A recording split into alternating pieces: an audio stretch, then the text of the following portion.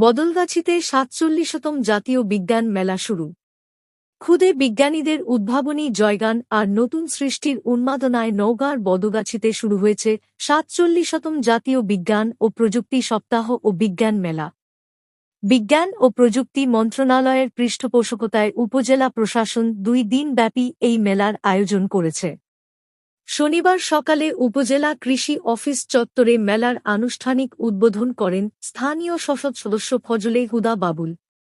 এ সময় উপজেলা নির্বাহী কর্মকর্তা ইশরাত জাহান ছনির সভাপতিত্বে আয়োজিত অনুষ্ঠানে প্রশাসনের বিভিন্ন পর্যায়ের কর্মকর্তারা উপস্থিত ছিলেন। অনুষ্ঠানে প্রধান অতিথির বক্তব্যে ফজলে হুদা বাবুল বলেন, আমাদের লক্ষ্য স্মার্ট বাংলাদেশ গড়া। আর এর জন্য নতুন প্রজন্মকে অবশ্যই বিজ্ঞানমনস্ক হতে হবে। আজকের এই ছোট ছোট উদ্ভাবনী ভবিষ্যতে আমাদের দেশি প্রযুক্তিতে বড় পরিবর্তন নিয়ে আসবে। মেলা প্রাঙ্গণ ঘুরে দেখা যায়, উপজেলার বিভিন্ন স্কুল ও কলেজের শিক্ষার্থীরা তাদের মেধার স্বাক্ষর রাখছে।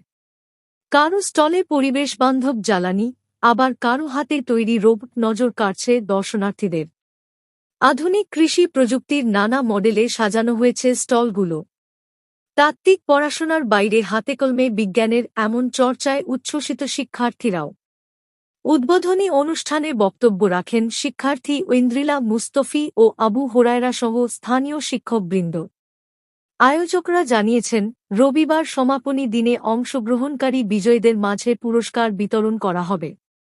বিজ্ঞানকে জয় করে আগামীর বাংলাদেশ গড়ার প্রত্যয়ে এই মেলার পর্দা নামবে ২৬শে এপ্রিল। সারওয়ার হোসেন অপু, আলোকিত দৈনিক, নওগাঁ।